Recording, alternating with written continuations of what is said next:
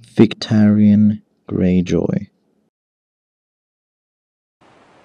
The noble lady was a tub of a ship, as fat and wallowing as the noble ladies of the Greenlands. Her holds were huge, and Victarion packed them with armed men. With her would sail the other lesser prizes that the Iron Fleet had taken on its long voyage to Slaver's Bay, a lubberly assortment of cogs, great cogs, carracks, and trading galleys, salted here and there with fishing boats. It was a fleet both fat and feeble, promising much in the way of wool and wines and other trade goods, and little in the way of danger. Victarion gave the command of it to Wolf One Ear. "The slavers may shiver when they spy your sails rising from the sea," he told him, "but once they see you plain, they will laugh at their fears. Traders and fishers, that's all you are. Any man can see that. Let them get close as they like, but keep your men hidden below decks until you are ready. Then close and board them.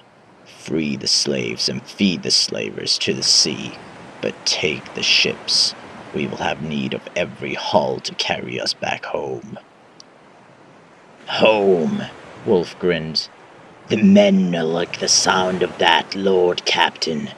The ships first, then we break these Yunkish men. Aye." The Iron Victory was lashed alongside the noble lady, the two ships bound tight with chains and grappling hooks, a ladder stretched between them.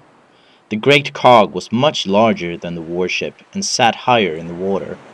All along the gunwales the faces of the Ironborn peered out, watching as Victarion clapped Wolf One Ear on the shoulder and sent him clambering up the ladder. The sea was smooth and still, the sky bright with stars. Wolf ordered the ladder drawn up, the chains cast off. The warship and the cog parted ways. In the distance, the rest of Victarion's famed fleet was raising sail. A ragged cheer went up from the crew of the Iron Victory, and was answered in kind by the men of the noble lady. Victarion had given Wolf his best fighters. He envied them. They would be the first to strike a blow, the first to see that look of fear in the foeman's eyes. As he stood at the prow of the Iron Victory, watching One Ear's merchant ships vanish one by one into the west, the faces of the first foes he'd ever slain came back to Victarion Greyjoy. He thought of his first ship, of his first woman.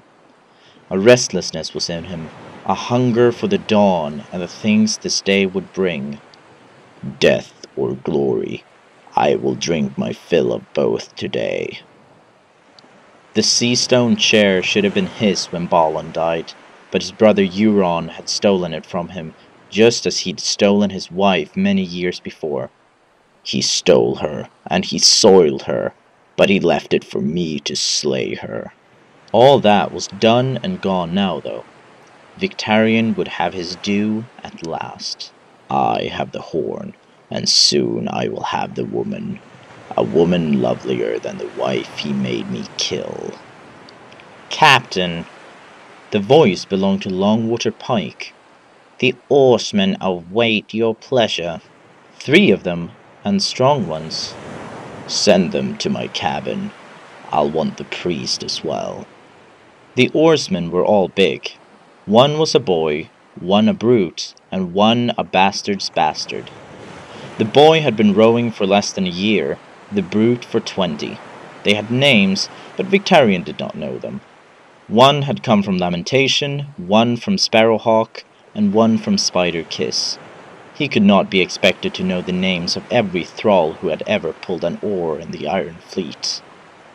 "Show them the horn," he commanded, when the 3 had been ushered into his cabin. Moqorro brought it forth, and the dusky woman lifted up a lantern to give them all a look. In the shifting lantern light, the hell horn seemed to writhe and turn in the priest's hands like a serpent fighting to escape. Moqorro was a man of monstrous size, big-bellied, broad-shouldered, towering, but even in his grasp, the horn looked huge. "My brother found this thing on Valyria. Victarion told the thralls. Think how big the dragon must have been to bear 2 of these upon his head. Bigger than Vagar or Meraxes, bigger than Balerion the Black Dread. He took the horn from Okoro and ran his palm along its curves. At the king's moot on Old Wick, one of Euron's mutes blew upon this horn. Some of you will remember. It was not a sound that any man who heard it will ever forget. They say he died, the boy said. Him who blew the horn. Aye, the horn was smoking after. The mute had blisters on his lips, and the bird irked across his chest was bleeding. He died the next day. When they cut him open, his lungs were black. The horn is cursed, said the bastard's bastard.